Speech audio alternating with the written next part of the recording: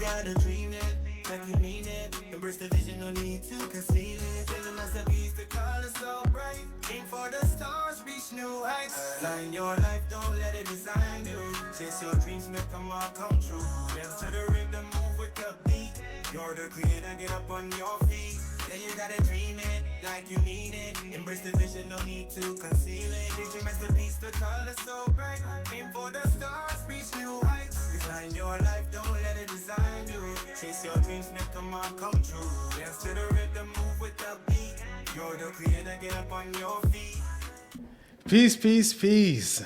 Welcome back to another episode of Design Your Life. It's a podcast where we bring on outstanding people, and today is a marvelous day for a lot of reasons, but the guest that I have today, I'm so excited for. But I want to make sure you understand that Design Your Life, this podcast is really about bringing outstanding people, highlighting them and all of the things that they've done to craft a beautiful life for themselves around the things that they love, that they enjoy, and their passions more than anything. And my goal for this podcast is for you to never say, I didn't know. When I was in high school, there were questions I didn't know I should ask. So I want you to never have the ability to say, I didn't know, no one cared enough to tell me. All right, and my goal for you is to hopefully have you move in the direction of designing your life.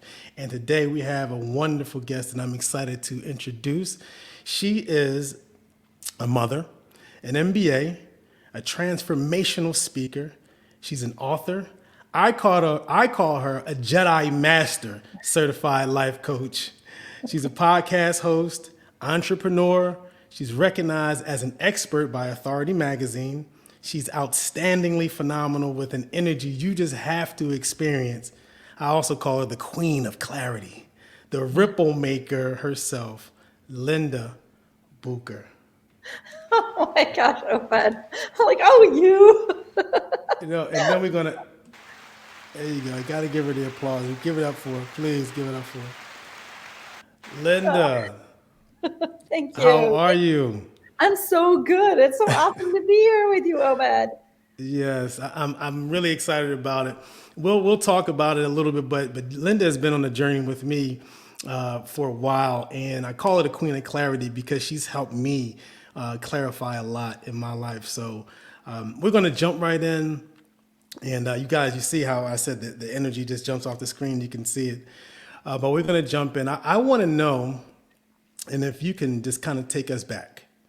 Take us back to your childhood and tell us where you were from, kind of what your childhood was like, what it looked like, what it smelled like, what it felt like growing up. Oh, good question. So, all right, I was born in Buffalo, New York, and I've been a native of Buffalo ever since for almost 60 years. So it's a long time. um, and I'm the oldest of three girls. I lived in the city for a little while, and then we moved out to the suburbs, and that's where I pretty much grew up. We're a very close family. We're an Italian family. So, All right. yeah, all Italian. What? You can't tell? No, so now it makes sense. Okay. Now it makes sense, right? Yeah. Yes. Totally Italian family. So we all talk a lot. We talk loud. We're very passionate people in my Yes. family. And we're super close. But it's been so beautiful. We've never had family feuds. Like I know that's unfortunate for a lot of families that they don't have good relationships between siblings and parents, but we've been blessed for sure. And so we've all stayed in Buffalo, so we get to see each other a lot. So it's really beautiful. But I'll tell you something interesting about me, because you know me now. Yes. Okay. I was so quiet, so shy, such a wallflower, and I must have had a perpetual target on my back or forehead, because there's probably 4 or 5 times in my life where I was actually physically bullied. Oh, People wow. don't believe that about me because they know me now, and they're like, Linda, she's Yeah. like, ah. Yeah.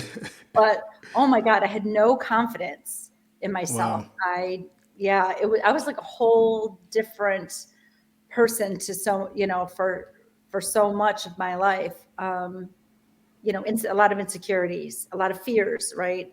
Yeah. So I was kind of a lot different than I am today. That's all. I mean, it's interesting the growth and the progression that we kind of go through, just kind of growing up. So, what did your parents do? So my mom has a master's degree in music, and she was always a piano teacher. And I am a pianist as well, but I never took lessons from her. She wanted me to go to a music school for that. Because no one wants to listen to their mom. She's like, you got a little talent here. We're going to send you elsewhere. Right. So she spent her whole life doing what she loved, teaching piano, mostly to children, but she had some adult students. She even had a student go to Eastman. So, so she's just a very classically trained, excellent, technically really great pianist. I'd never be as good as her technically. She's fabulous. Yeah. And then my dad, he was the guy who went to night school until he was 36 years old, because Okay. he was the only one in his original neighborhood to ever go to college, and he started with his associate's degree. And so he was like, I got to keep educating and keep growing, keep getting better. And I aspire to a lot more than the way I grew up. That's how he was. So he was an example of work hard, achieve, and you'll be rewarded. And so he ended up, by the time he was 40, owning a metal stamping company. That did quite well. So he's a small business owner and actually he's also a mentor for there's a program at the university where he's been a mentor to upcoming entrepreneurs. So he's super smart in business. So.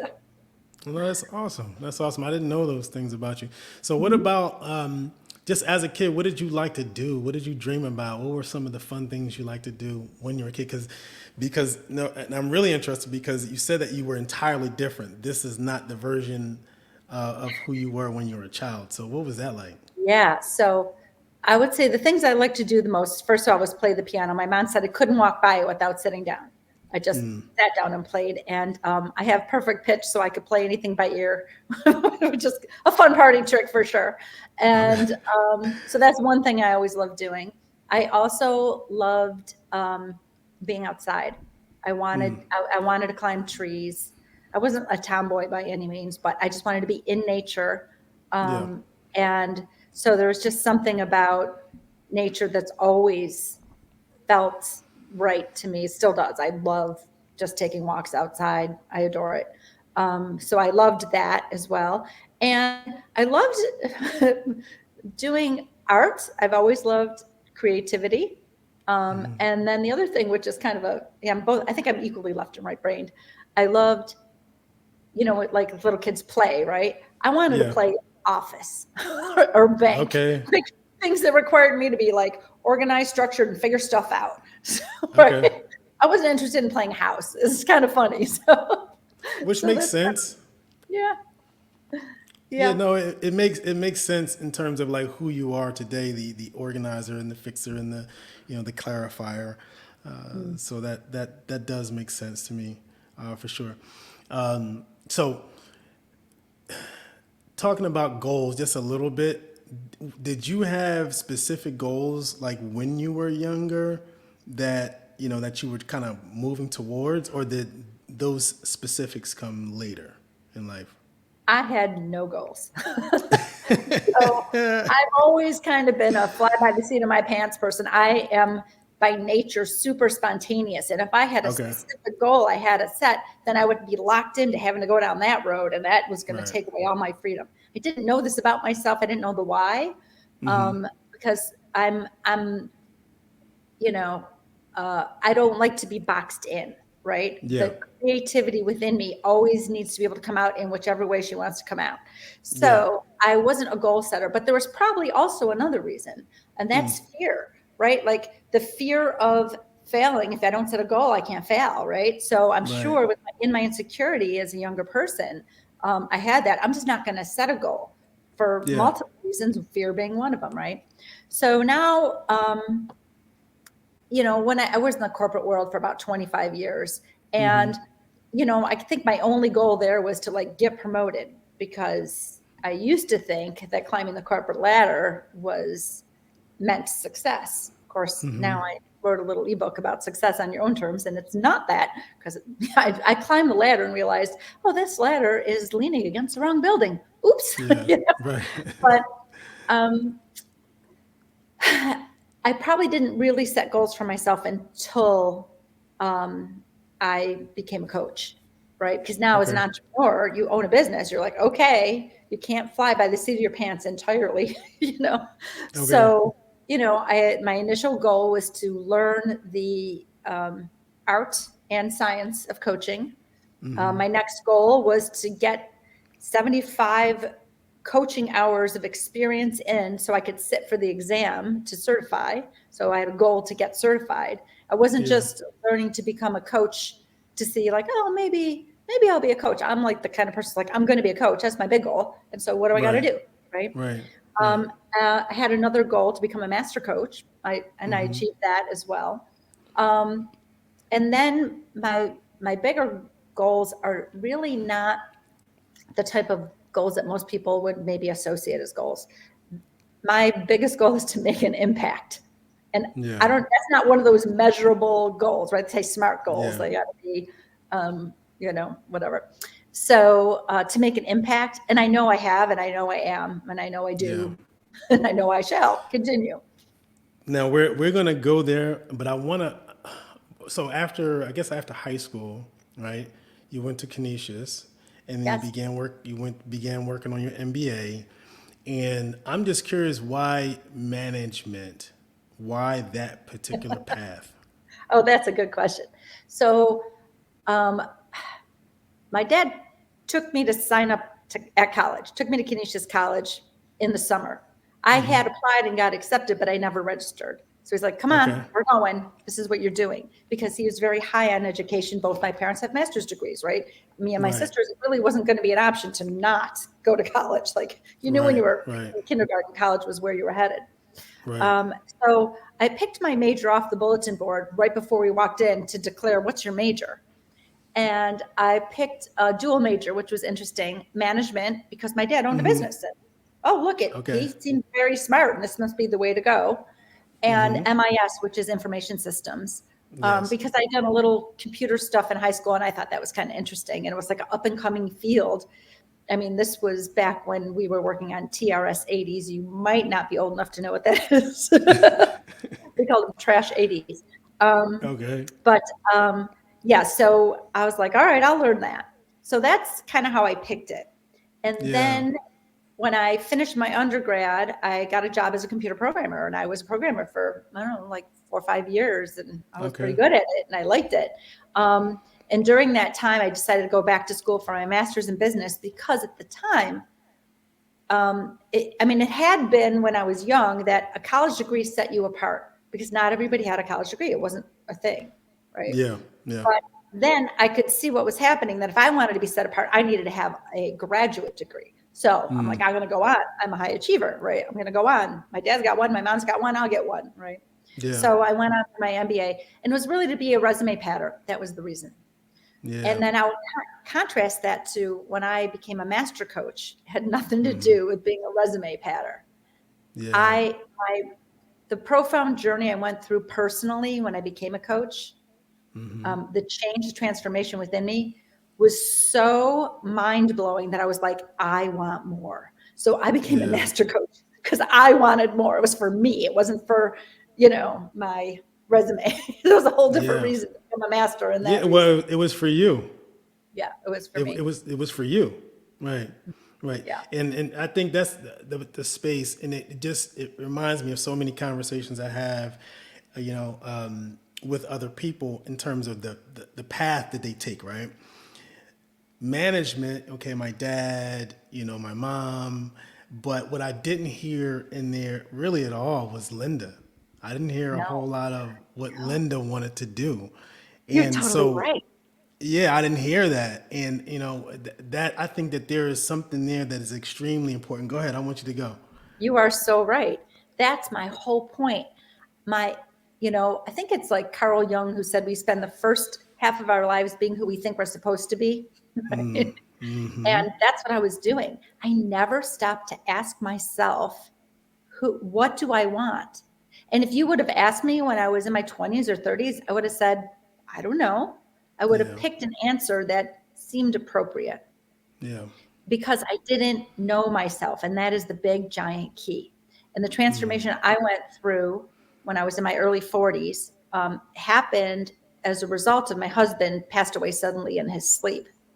And my kids were 3, 5, and 7. They were little ones. And I remember being in a grief group, and it was about 2 months after he passed away. And people are introducing themselves in this grief group. And they say, oh, I'm so-and-so, and my wife passed away 9 years ago. I'm so-and-so, my husband passed away 12 years ago. I'm so-and-so, my husband passed away 8 years ago. And I'm like, I'm Linda, and my husband passed away 2 months ago. And I thought to myself as I was hearing them, I'm not going to be here 8 years, 9 years, 12 years. I'm not going to be here then. I'm going to be healed. I'm going to be moving on in my life, right? And I was intrigued. I was not a coach at the time. And I was intrigued as to what could possibly stop me from healing. What would have to happen so that I'm not here in 8 or 12 years still openly and actively grieving? I wanted to be healed. Yeah. And I remember saying to the group, like, I have one less, role. I'm no longer a wife like that. I don't have that anymore. Yeah. And, that was using capacity for sure. Just like being a mother uses capacity, being an employee, being a sister, being a daughter, but I said, maybe I could use that capacity to kind of learn about me. And I said that to the group, and it just came out of me. And then I listened to what I say. So I was like, I'm going to do this. And then within 3 years I'd probably set a pretty powerful intention with the universe at that point. Like, I got to find me. And then that's what happened. And about 3 years later is when I heeded the call to become a coach, which is another story. So within that time frame of being, because you basically spent about 20 years in management, and when the tragedy with your husband occurred, it was around that time or shortly after that you started to kind of, because that was what I'm curious about is like, management, MIS, coach, clarity, and like how Yeah, that right. Where is like when did that, like when did the light bulb come on? Do you wake up in the morning like, Right.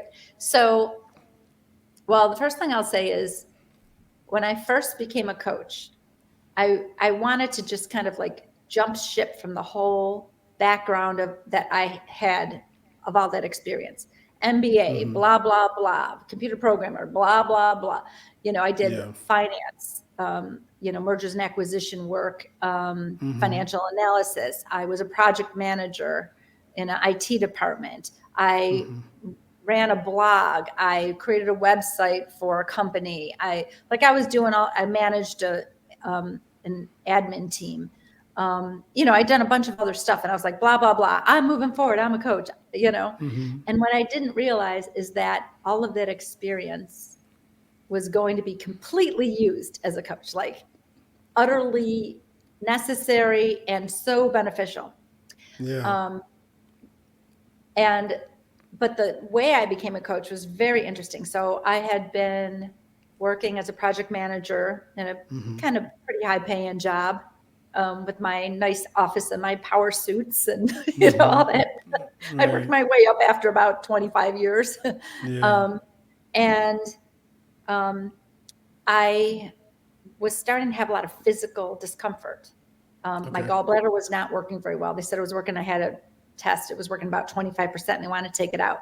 My back and neck were so in pain all the time that I couldn't sit during meetings.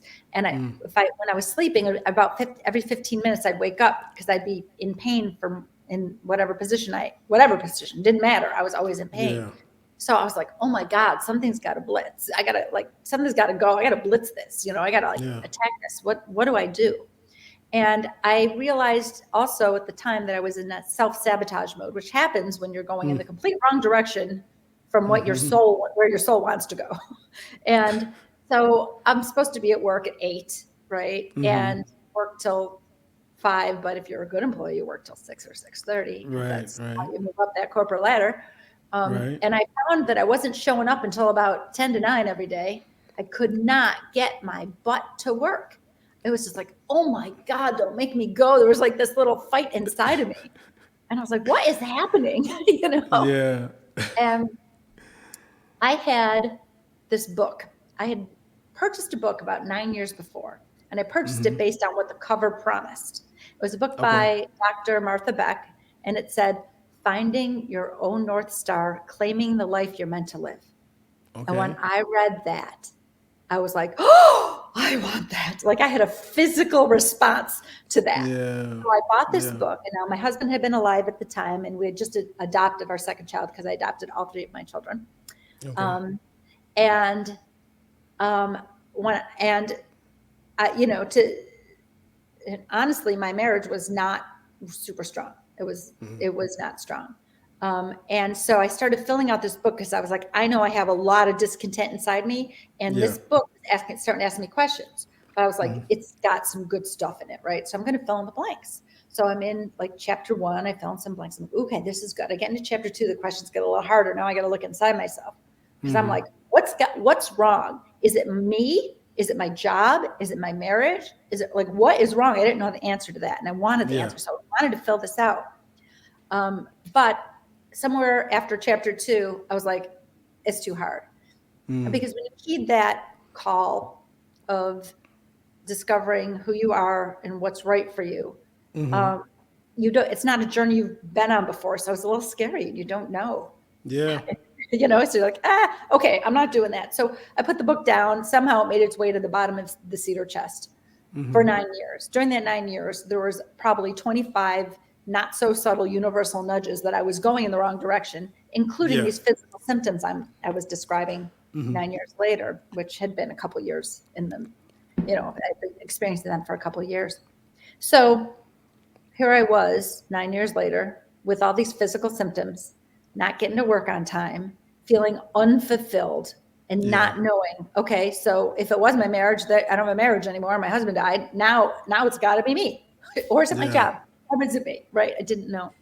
So I'm donating books for a rummage sale for my son's school, and I run across this book at the bottom of my cedar chest. I don't even know how it got there, and there it was again, Finding Your Own North Star, Claiming the Life You're Meant to Live.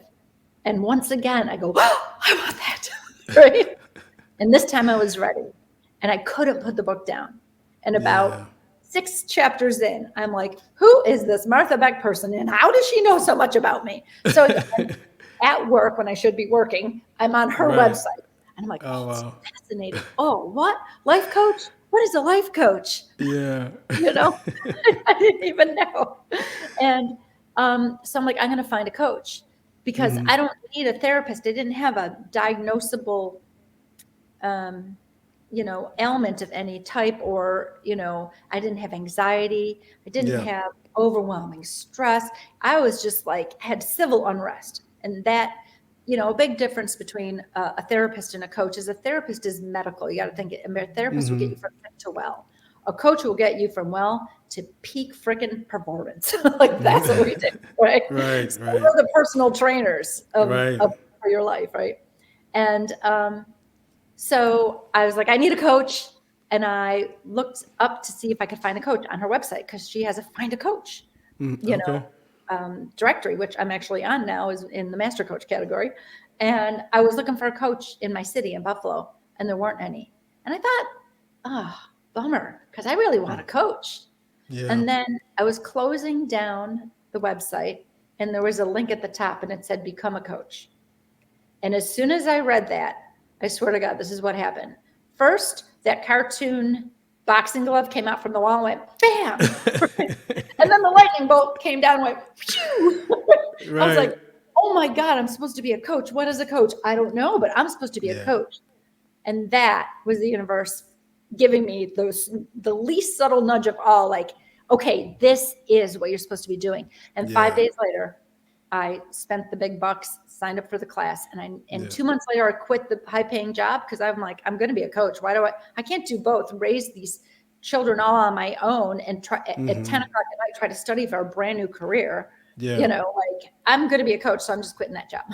That's my long story of how I got to become a coach. No, it's awesome. I mean, first of all, congratulations, for finding your space and then having the courage to actually step into it. That's I believe many people suffer from a lack of courage in terms of, just finding that space, but then walking into it, because it is scary.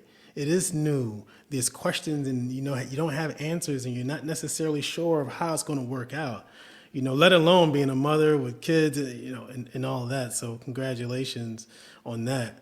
Thank you. Yeah, no, for sure. There's a quote that, well, a couple of quotes that I can share.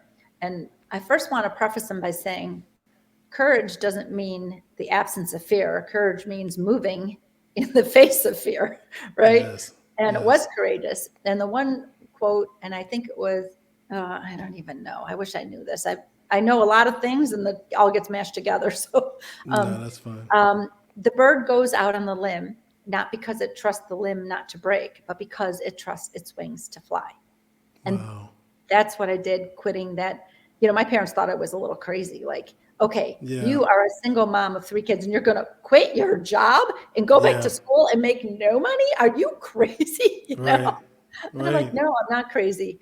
I want to leave the legacy to my children to say, when you find yourself going in the wrong direction, why would you wait a minute longer? Change it. Yeah. Like, Yeah. so, find your way, No, Don't that's just stay on the treadmill of life.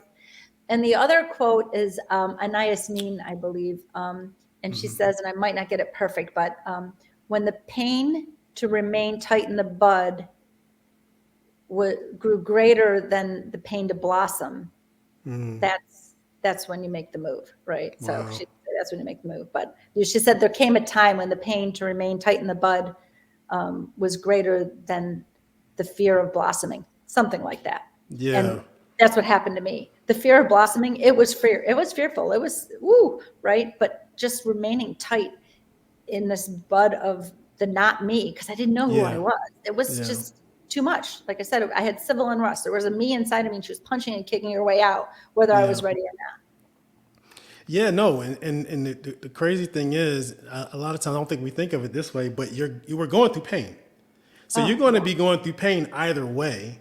It's almost like selecting the pain. Which way you're going to go? You're going to go with this pain, or you're going to go with the pain that actually may get you to a space that you enjoy and you love, and that's calling for you to come into that spot. So, sometimes you've got to choose your pain because it's going to be painful. That's a really good point. Really good point. People don't think Yeah. about that, but you're unhappy where you are. Yeah. And so, let's move. If you were to just take a small, tiny step in another direction, maybe Yeah. it would be less painful, right? Yeah. For sure. Now speaking about your book, that book obviously was significant in a big way. Yes. I don't know if you know this, but happy anniversary. What? You've got an anniversary coming up. You may not remember this, but in March of 2014, you published your first book.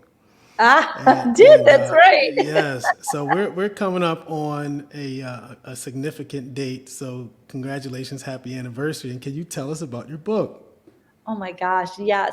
So, can I tell you a little story about why I wrote the book? Sure. Okay. Please share. All right. So it's kind of funny. First of all, I'm obviously a talker. I would much rather talk than write any day. Like, let me just get it out of my mouth. Someone else can write it down. Right? Yeah. So I feel about it. So I was in master coach training, and with Martha Beck actually, and she asked that morning on the call. She said, "Did anybody have anything interesting happen to them, in the last day or two? Just share." So I'm like, "Oh, I did. Here's great. This is crazy. My son missed the bus and he went to a private school about 30 minutes away. So I'm like, I'm going to drive him to school, right? So I'm going to drive him to school and he goes, "Oh, but we need cupcakes." Right? Like on the way, I forgot I'm supposed to bring in cupcakes today, right? Oh, So wow. every kid ever to his mother at one point in life. So we go to stop at like 7-Eleven or something. And as I go into the left-hand turn lane to turn into the 7-Eleven, there's a book that's open and it's on the ground in the left-hand turn lane of like this 4-lane road that I'm on. And I'm like, so that was crazy, Martha. I said, but that's not the craziest thing. On the way back, after I dropped my son off, I'm on the thruway, and all of a sudden there's all these sheets of paper flying all over. They must have came out of someone's truck or something. Like, it had to be 1,000 sheets of paper flying all over. And it was just because all the cars going and the trucks going, they were flying. They weren't on the ground. Right. It's just like, I had to go through this storm of paper. It was crazy. And she goes, oh, Linda, you're going to write a book. And I'm like, wow. no, I'm not going to write. I'm like to talk. She goes, you're going to write a book. Yeah. And then about a month later, I had just gotten off a fabulous call with a coach named Jeanette Mall. And I was like floating. I was feeling so great about what we talked about, what I shared with her and what she shared with me. And I get home with the kids, and I'm doing some dishes, and my garage was detached and just a little bit behind my house. So I could see in the side windows of the garage, big windows, like 4 feet by 5 feet or something, like 6 feet. I don't know, pretty big windows. And my son says, Mommy, look, there's a hawk in our garage. And I look out, and sure enough, there's a hawk that's standing on a table that's right underneath this window. And I'm like, oh my gosh, that's amazing. Look at him. Oh, he's just beautiful, right? And all of a sudden, this hawk starts to flap his wings, and he takes off, and he smacks into the window. And he stumbles back, and almost like a cartoon, he shakes like he's like stunned. And I'm like, oh no, this beautiful hawk, And, we're thinking about, okay, how are we going to get this hawk out of the garage, right? I mean, he flew in. It's a 16-foot garage door. It's big and giant. He flew in. He could fly out, Right. So we're like, oh, what should we do? Because he's trying to fly out of the window that is obviously closed. And we're trying to think about it. And then he turns and he flies away, but he doesn't fly all the way away. He flies to the other window where he resumes his like head to glass impact, combat there, right? And, I'm like, oh my gosh, dude, I'm saying, because I talk out loud. I'm like, dude, just turn your head. You'll see this big, wide open garage door, this big, wide opening that you can come, just hello, right? So like any good coach, we look at our experiences and we say, what can I learn from them? Right. And how can I learn from myself? Because I can. And so I said, wait a minute, where and how am I in a position like this hawk was, seeing where I belong, soaring out there, but yet bumping up against an invisible barrier. And it's like invisible, right? Yeah. And then I go, oh, well, that didn't work. I'm going to try this other thing, right? And then, but again, another invisible barrier. I belong out there. Why can't I get there? Yeah. Dude, Linda, hello, turn your head. Where's the big wide opening that's always been there all along? Yeah. And for me, it's teaching. I love to teach. And I said, well, one way to teach is to write it down. So that's why I wrote the book. So there's a little story about the book, about why I wrote that's it. Awesome. That's awesome. Actually put that story in the book. So the book is called The Confident Coach, Connecting the Work You Love to the Success You Want to Achieve. I wrote it with the intention of writing it multiple times, kind of like the chicken soup for the soul, right? Chicken soup for the teenage soul, chicken soup for the divorced soul, chicken soup. So I decided I'm going to write this for new coaches because new coaches need to know this. But then I intended, and I never did, to rewrite it for other people. So the only difference really would be is at the end of the chapters for the coaches, I'm like, you're a coach, you know what to do. Where if you're not a coach, you're going to have to call me because you don't know what to do. So that's probably what you do. But it's really about getting to know yourself. It's really about the journey I went through and the journey that I take clients through, and how coaches need to go through this journey themselves. But so does anyone. So there's a lot of people who are not coaches who will buy this book, about getting to know yourself for sure, about moving through fear and shifting your mindset, about redefining success for who you are once you find who you are, but you can't do it before then. And basically how to move forward that way. And so it's a really great fundamentals book that anyone can benefit from. And then I took the Success on Your Own Terms chapter and I made it a little ebook workbook that's available for free on my website. So people can just grab that as well. So no, that's awesome. That's awesome. I mean, it's nice to to kind of have those resources really to be able to just kind of grab. And again, that's one of the reasons why we're doing this, because it's so important to kind of not only pay it forward but also provide the value and the resources that people can benefit from. And the ebook, we'll get your information towards the end, so we can make sure that everyone can reach out to you.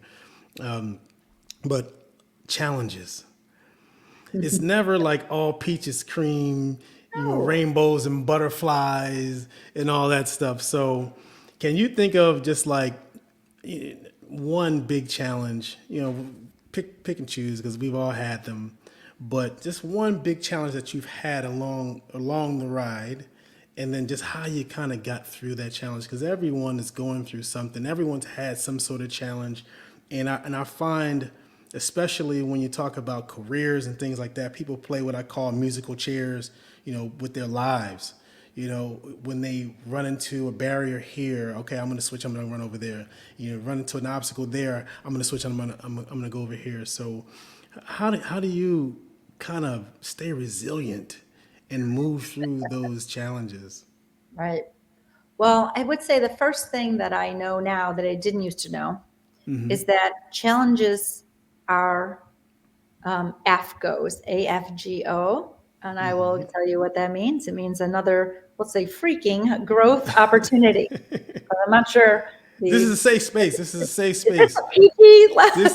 This is a safe space. I mean, All this right. is for youth, young adults, and dreamers. But this is a safe space. I want you to feel comfortable. We're here together, hanging out. So feel Okay, comfortable. good. All right. So anyway, another fucking growth opportunity. There you That's go. what every challenge is. It's a opportunity for growth, but we have to say Yeah. fucking, because that is giving the punctuation of, yeah, it does suck. Right? It Yeah. sucks right Yeah. now, but the growth is amazing.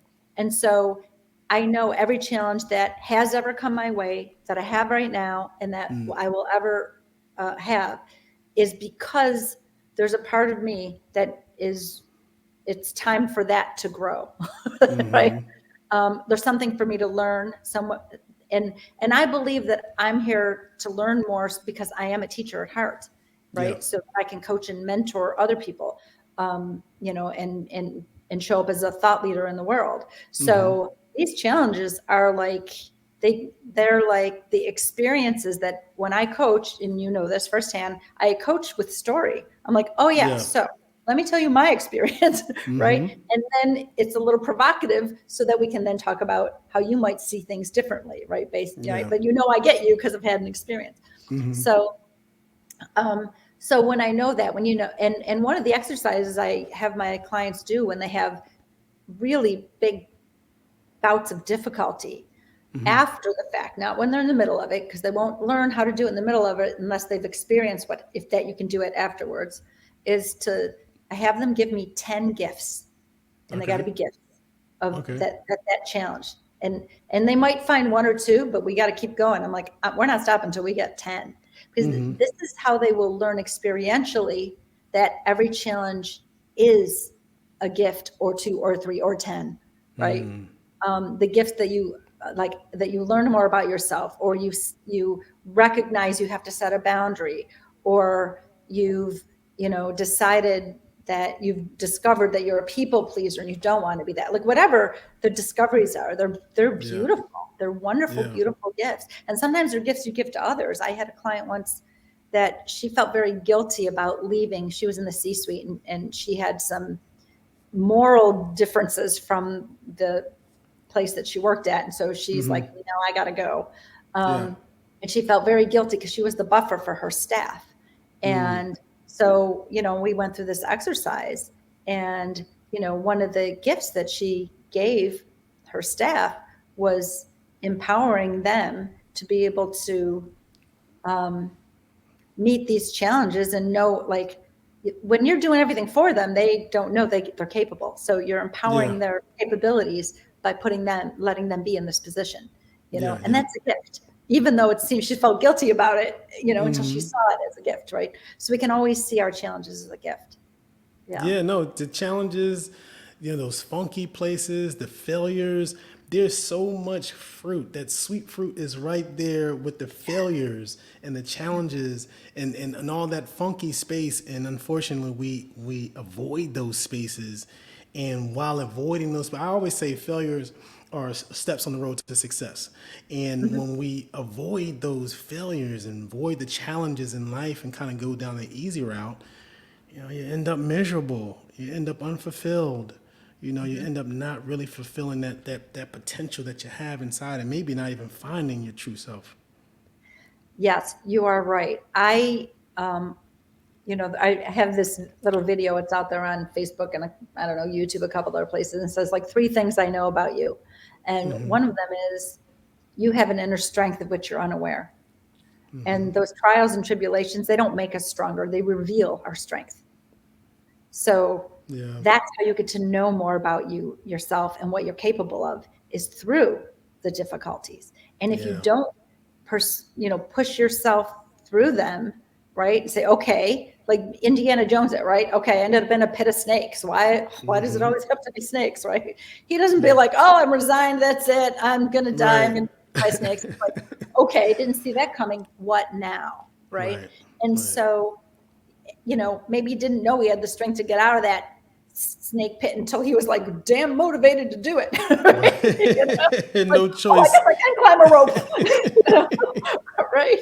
Like I didn't know I could do that. Right, right. So so that's a really big thing that we can learn about ourselves Yeah, through this adversity that we go through. yeah. What do you think about self-reflection? How important is self-reflection? Is it It's overrated, or is it something that? What are your it's thoughts on that? huge. It's high emotional intelligence, right? Emotionally intelligent people reflect on who am I? What did I do? What am I thinking? How could I make things better for myself? They take responsibility. They don't blame Right. others, right? And they don't hope and wait for others as well. Yeah. So, I think it's a really important thing to be self reflective. And in the moment, it's really hard, right? Because we're caught Yeah. up emotionally. Um, and that's why they say, like if you're really upset with somebody, wait 2 days before you, right? Because you're like, oh, I'm in the thick of Ah, it, right? okay. Wait a Right. couple days, be self-reflective. Say, Yeah. what is my part, right? And for most of us, what it is, it's our own perception of what's happening. Because usually people aren't out to get us. They're really not. Yeah. And usually people are doing the best they can in that moment. And if the best they can do is yell and scream, that's all about them. It's really not about you. Yeah. Right? So if you can step back and say, oh, that really wasn't about me. Now you don't need to yell back. Your response can be different, right? So you can be self-reflective and say, what, what did I, what was my thinking? Why was I upset? I was Yeah. thinking this person shouldn't be yelling, but the reality is they are yelling. So maybe I shouldn't be upset because maybe I could see it differently. That's a self-reflective. How can I shift my perception to see something differently so that maybe I'm no longer suffering? Because really, we're all ultimately responsible for our own individual happiness, and happiness Yeah. is inside job. So, Yeah. Yeah. Well, yeah, I think the Dalai Lama said, that's like the goal in life is to be happy. mm, And, within that happiness, I don't think that's the correct quote, but within that happiness, I think that, for me at least, just self-reflecting, if I hadn't reflected and kind of looked inside, I don't think that I find, my happy space, because like right now, I can't turn it off.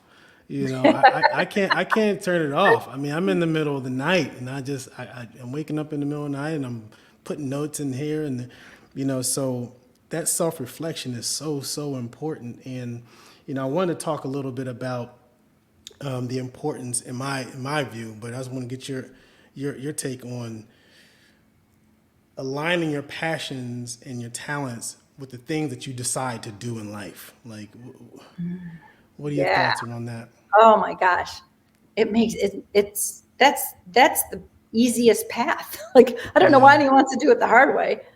So, Well, because the world tells us we're supposed to just, with the highest yeah, paying job, what my mom did and my dad did, that, 9 to 5. right? That's what the world tells us we're supposed to do. Yes, yeah, I know. But okay, so the path is get to know yourself. You get to know who you are, because otherwise you will stay on someone else's path and it's not yours. It's Yeah. chasing someone else's definition of success right There through you go. life.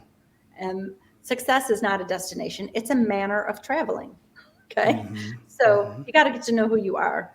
And once you do that, then you can redefine success for who you are, what's important to me, right? And the way I do it and the way that I teach it is through looking at the types of freedoms that you want, because that's a huge component in life, the life balance that you want, right? And the fulfillment that you want. And when Yeah. you know what those are, now you can say, okay, what are my 5 non-negotiables, right? Yeah. That fit me, right? So then you're saying, okay, this is me, and this is what success is going to look like for me.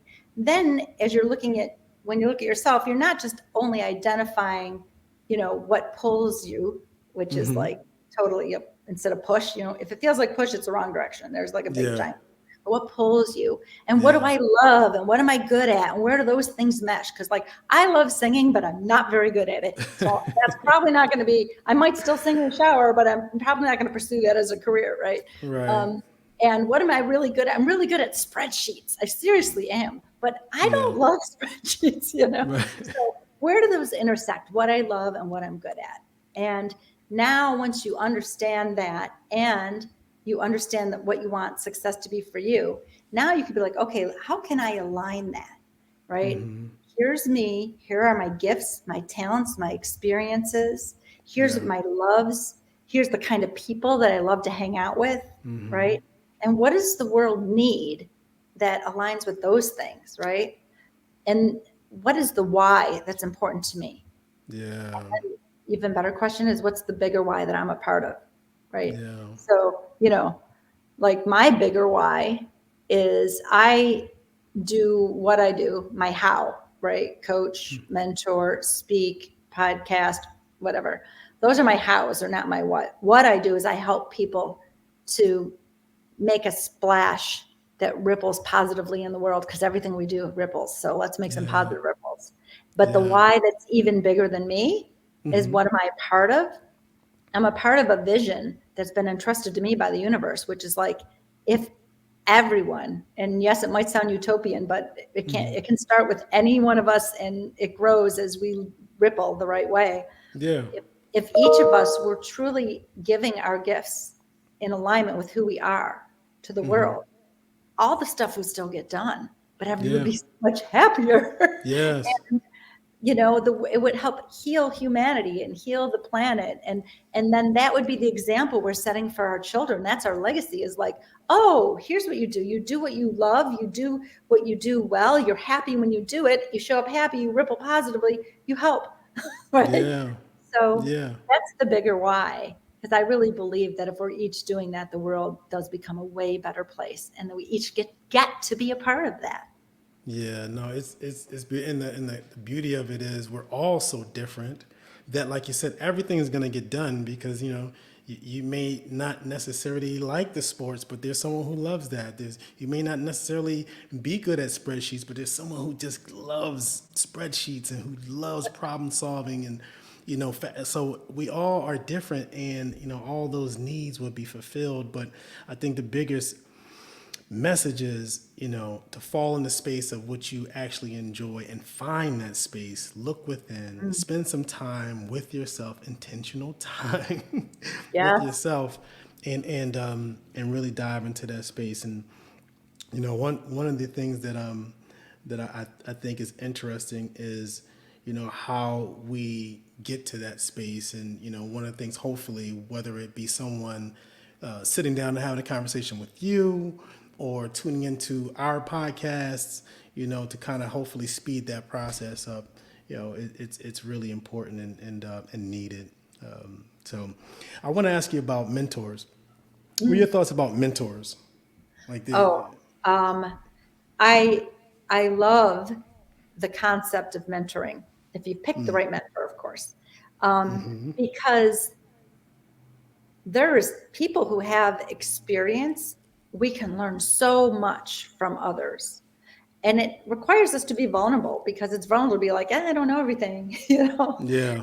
If you can find multiple mentors. It's probably not going to be the same one your whole life long, but you find Right. multiple people that you admire and you know you can learn from. It doesn't mean you want to copy them or end up where they've ended up, but Yeah. you know that they have some important experience that, I mean, really, I don't like to do things the hard way. So if someone else has this experience, I'm like, tell me about it. Right? Right. Right. What can I learn from that? Right. Right. So I think mentors are huge. However, I would like to qualify that, like, not everyone is, what's the word I can say? Safe space. You can say Yeah, I know. whatever. I'm trying to find some words. So each one of us are trying to better ourselves intentionally. Well, maybe not everybody, but many people are really trying to better ourselves intentionally, which is a Hopefully. very beautiful thing. Yeah. And, but some people are not, right? And they might be good mentors because they are smart and they have experiences, but they might not be the most emotionally intelligent people. They might not be Yeah. doing that inner work. So if you find a mentor who not only knows the stuff you want to know, but who is, experiencing life in balance, in peace, in ease, and that's what you aspire to, right? Yeah. It's also, how are they showing up, right? They might have the job you want, but are they showing up the way that you would like to show up, right? If not, that might not be the right mentor, even though you Okay. could learn a lot from them, right? So know who you're getting mentoring from, for what reason, and try to pick someone who you admire their character as well as their experience. Okay. That's awesome. That's awesome. Okay. I want to play a quick game. Okay. Quick little game. All right. And it's called Imagine If. Okay. Imagine. Imagine if. Imagine if you can go back in time and give your younger self advice about life design. What would you tell that little girl, that little Italian girl in high school when she was all quiet, didn't want to Right. talk? What would you tell her about life design? Okay. About life design, I'd tell her it's 100,000% in your power. It's totally in your power to be able to design any life you want. And don't dream small, dream big, because you can do anything, you can be anything, you can have anything. Yeah. So I'd want to give her this shot of confidence. And when she says, but I don't know how, I would tell her, that's okay, I do. There you I know go. how. Let's sit down and have a conversation. Let's sit down and have a conversation. Yeah. Awesome. Okay. Imagine if you could host a special episode of Conversations Worth Your While, which is the name of her podcast, with one influential figure, living or historical. Who would it be, and what do you think you guys might talk about? Oh my gosh. Influential figure. Okay. Influential. I know To what you're you, saying. it doesn't matter who it is. Right. I would probably pick a famous comedian because Okay. I love the perception that comedians have. Comedians have an amazing perception of like, Yeah. they take something that we all have experienced and they make it light and they make us Yeah. see it in a different way. So Yeah. I adore that about comedians. So I might pick, an accomplished comedian like, I don't know, maybe like Alec Baldwin, right? And Okay. just kind of, because I love that he just also, which is a beautiful example, is like 100% him 100% of the time. He doesn't show up Yeah. differently. He's always the same, right? Yeah. That's how I live life, and I really admire that. And I would just kind of talk about, what are the AFGOs that led you to where you are today? That's the questions Yeah. I'm like, okay, tell me about this, Right. And what was the scariest thing that you ever did? How did you overcome that being scary, And I would ask for advice, like, how do I get to be funnier? How do I how do I get to let go even more? I'm pretty open Yeah. book and I let go a lot. I'm the same person all the time, but Yeah. there must be something. There's some magic beans there. I'm like, share it. What is it? Dish it. So I think I just would love to spend some time with, with a high level comedian who's, Comedian. Yeah, yeah, no, one of my favorite people that I don't know is Dave Chappelle. I like Dave Chappelle just because he just seems like a regular guy. But I right. also just from a speaking standpoint, I always have loved like comedians and how they still tell stories and in their perspective. And like you said, how you can kind of grab something that might be perceived as ugly and just turn it into something funny or lighthearted. So I get that one. Yeah. I've done that with a client. Her parents have this odd dynamic. And, there's always happens to be about 47 cans of tuna in the house. Okay.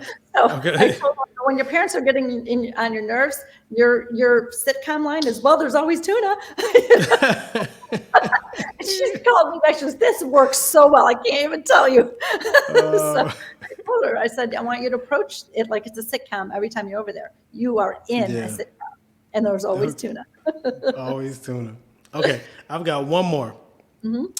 Imagine if you could magically instill one empowerment mindset in every listener of this podcast or your podcast. What would it be, and how do you think it would ripple through their lives?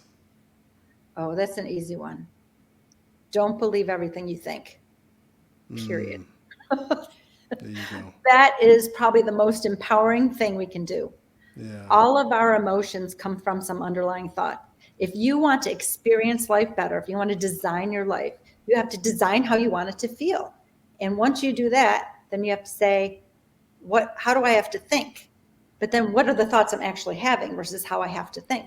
If you think a better feeling thought, you feel better. When you feel better, your response, your actions are more positive and they're in the direction you want to go. But what happens is our minds are just like our stomachs. They're not always on, sometimes they're off a little, right? They're like, whoa. And we all have these crazy, weird thoughts. And we always have these fearful thoughts. And then they build on each other. As soon as you think one fearful thought, another one pops in, another one pops in, another one pops in. Yeah. So we have to catch ourselves and not believe everything we think. Thoughts are like clouds in the sky. They're always going to be coming. There's never ending. The clouds don't end. They keep coming. Some of them are beautiful and some of them are dark and ominous. We do not want to pull down the dark, ominous clouds overhead, pull them over and be like Eeyore, oh, bother, I'm having a bad day. That's my Eeyore. Because they're just a thought. And the way that I teach this a lot is when I was a little kid, I believed wholeheartedly there were monsters under my bed in the middle of the night. They weren't there in the day. I don't know where they went in the day, but during night, they were there. You have little kids, they've got monsters under the bed. I don't know. I remember this. And I was so terrified. That was my emotion, was terror, that I was paralyzed. I couldn't get out of bed to go to the bathroom. So, a little kid just pees the bed, right? Because I'm not getting out there. Because I believed there was monsters under the bed. Yeah. That was it's just a thought. Why would I believe everything I think? As adults, we still have monsters under the bed. They just look a little different. Like, what if my boss this? Oh, what if my kid gets hurt? Oh, what if, we're just fearful of, what if I'm not good enough? What if I can't do it? We just have these what if monsters. They're just monsters under the bed. We don't need to give them any attention or credence. It's okay that they're there. Move on to a better feeling thought. Because I think our brains think. I've heard different statistics, but somewhere between 12 and 60,000 thoughts a day. I don't even know. It's a lot. Don't believe them all. Most of them are monsters under the bed. Yeah. No, that's so true, and it's so powerful. I mean, even like simple things like getting out of the bed in the morning, the workout. There's like sometimes I get it on my shoulder. There's this little voice that tells me I shouldn't get out the bed at 3 a.m. There's this little voice that say I shouldn't work out, and it's okay to kind of skip it and not doing the uncomfortable things. So yeah, sometimes you just have to not listen. Just have to not listen. Right. And for me, I'm like the opposite. I wake up at like 8:30 as opposed to your 3 a.m. My little voices are are a little bit different than yours. They're not saying get out of bed. They're saying it's so comfortable here. Why would you Yes. want to get Okay. up? So I want to try to start to wrap it up, but there's someone who wants to design their lives. They really feel like it makes sense to do it, but they don't know what their special is. I call it their special. They don't know what their talent is. They don't know what that special thing is, their dream or their talent or their gift is. Where do you think they should start? Yeah. Okay. So it's really common to be in paralysis because who wants to waste time going in the wrong direction? So if you don't know your Right. direction, stay still, right? That's the Right. easiest thing to do. So I have this thing called Find Your Wow. Okay. That's a little program that I do within my coaching, Okay. and it's really a series of self-reflective questions. We were talking about self-reflection earlier. So Yeah. self-reflective questions that help you to get to know yourself. Because once you know yourself, then you can get comfortable with yourself. Because the fear, people are like, I don't want to get to know myself because what if I don't like who I find? What if the people I love don't like who I am? So it's scary. So we have to get over that.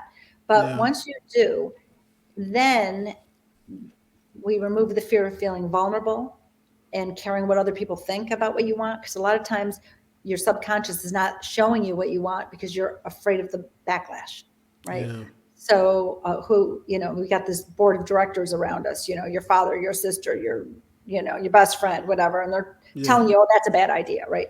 And they all Right. might be well-meaning and they want what's best for you, but they don't know what's best for you, but you do. So we start with these questions, specific questions to get to know yourself. We get comfortable with who we find.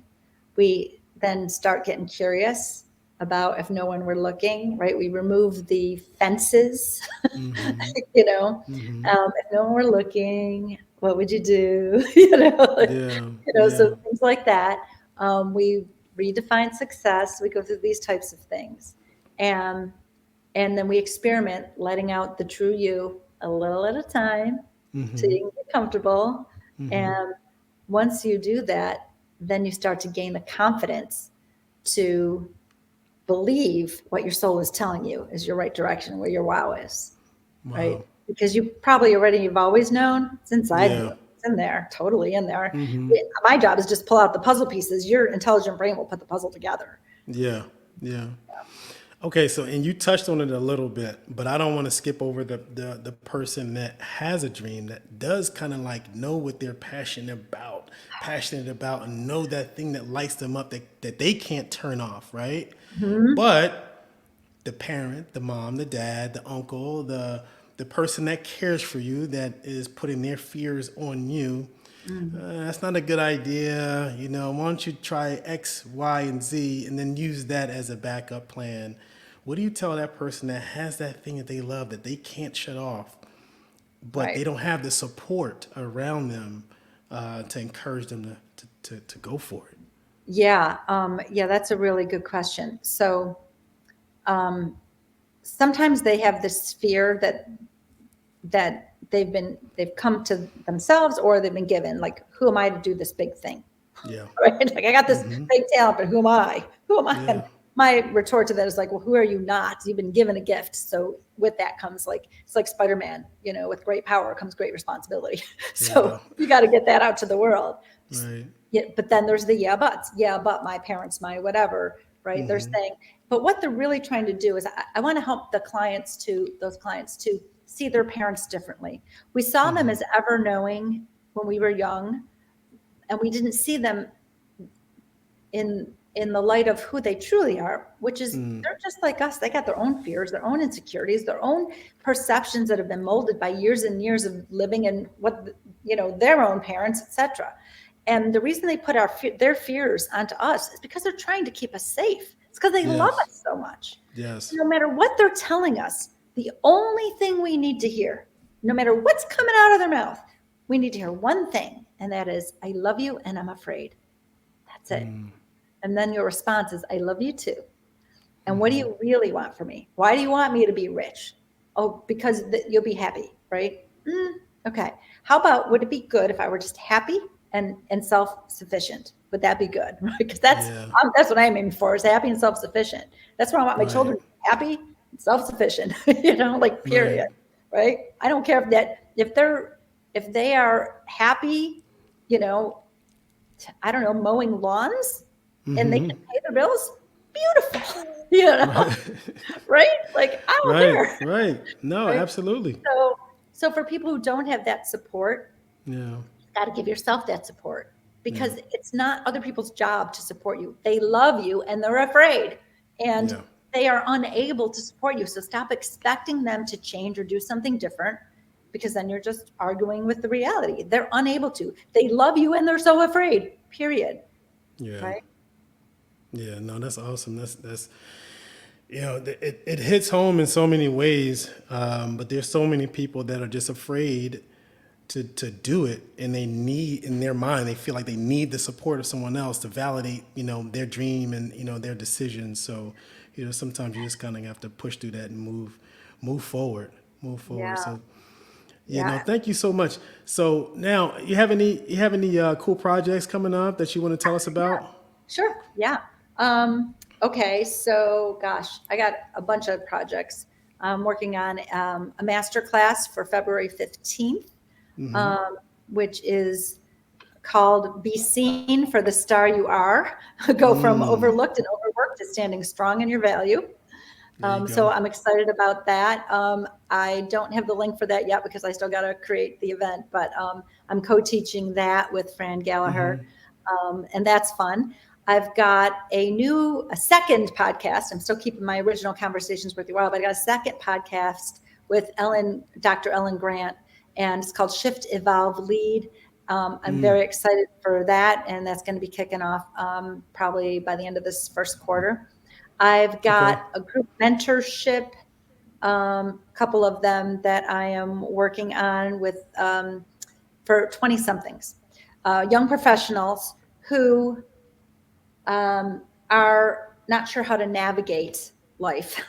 And they Yeah. look at their parents and they go, they're not having any fun and they hate what they're doing. And I don't want to be them. So I don't want to commit, or I don't want to Right. whatever.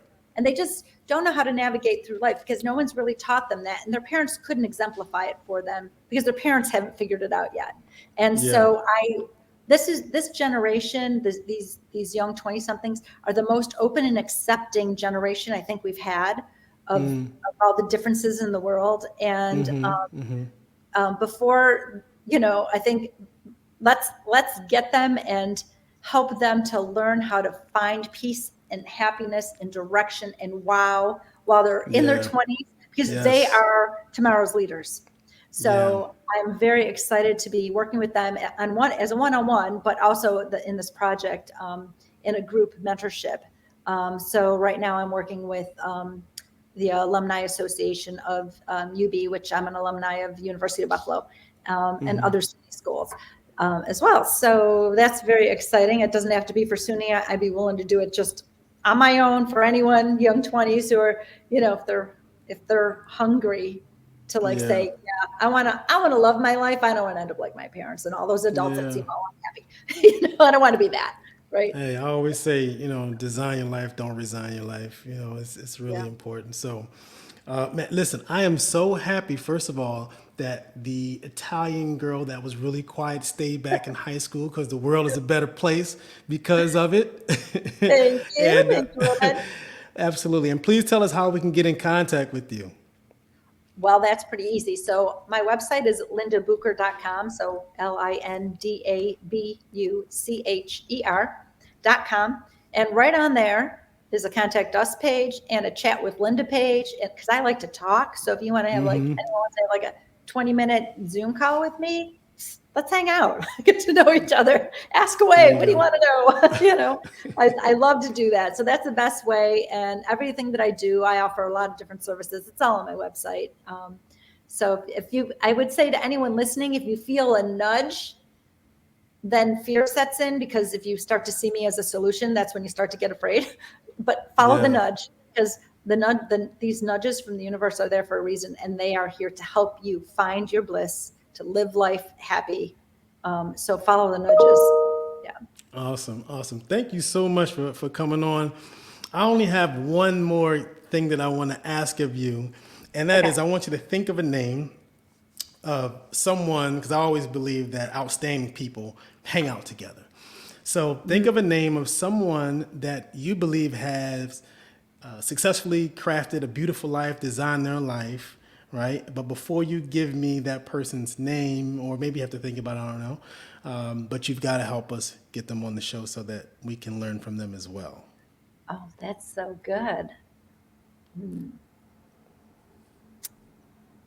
Someone who has really crafted a beautiful life that they've designed. Yeah, someone that's designed their life in the way that we're talking about. And you know, the cool thing about designing your life is that there's no formula. There's no like you have to do it this way or that way. You know, we're all Right. different.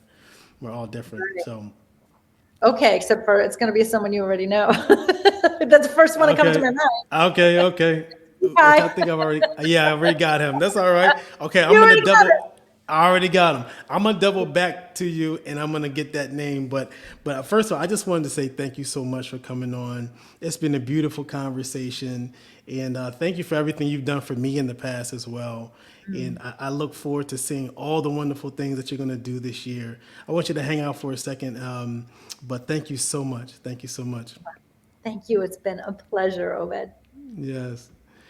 Well, this has been another exciting, informative episode of Design Your Life. You know, like I told you guys, the energy that she comes with, it just kind of jumps off of the screen. I didn't know she was Italian. Now it all kind of makes sense.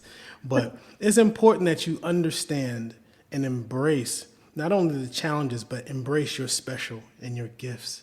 And I really encourage you not to take your special, your gifts, your talents, your dreams with you to the grave. You've only got one go. As far as we know, we only get one go. So make it a good one. You know, remember that you are a champion.